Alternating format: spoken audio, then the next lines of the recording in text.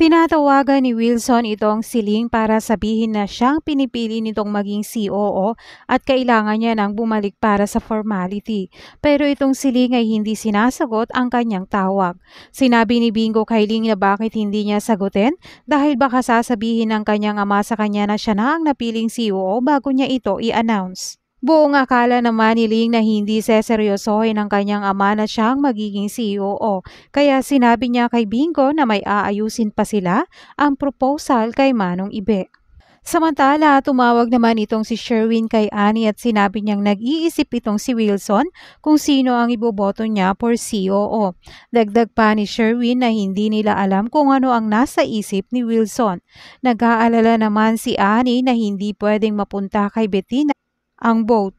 Gayunpaman, nagsimula na ulit ang meeting at sinabi ni Wilson na hindi madali para sa kanya ang desisyon na ginawa niya. Pero ang desisyon na yon ay para sa kapakanan ng lahat. Hindi nga makapaniwala ang kanyang mga anak na si Caroline ang pinili niyang maging COO. Lalo na itong si Charlie Stone dahil siya ang unang pinili ng ama.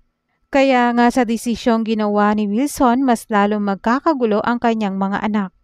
Gayunpaman, pagtatapat naman ni Bingo kay Ling na sinadya niyang magpunta sila sa La Sinponia dahil sinadya niya yon na magpunta sila dahil nasa farm ang hinahanap niyang tao na si Gilbert Bautista. Dagdag pa ni Bingo na nahanap niya ito dahil sa kanyang ina. Sa sobrang saya naman ni Ling ay bigla siyang napayakap kay Bingo bilang pasasalamat at sobra siyang nagti-thank you. Dagdag pa ni Ling na pinapagaan ni Bingo ang kanyang pakiramdam at sobrang grateful siya na si Bingo ang kasama niya ngayon. Matutuloy na nga ba ang pinakahihintay nating lahat? Ang first kiss ni Bingo at Ling. Sobrang excited na ako bukas sa next episode.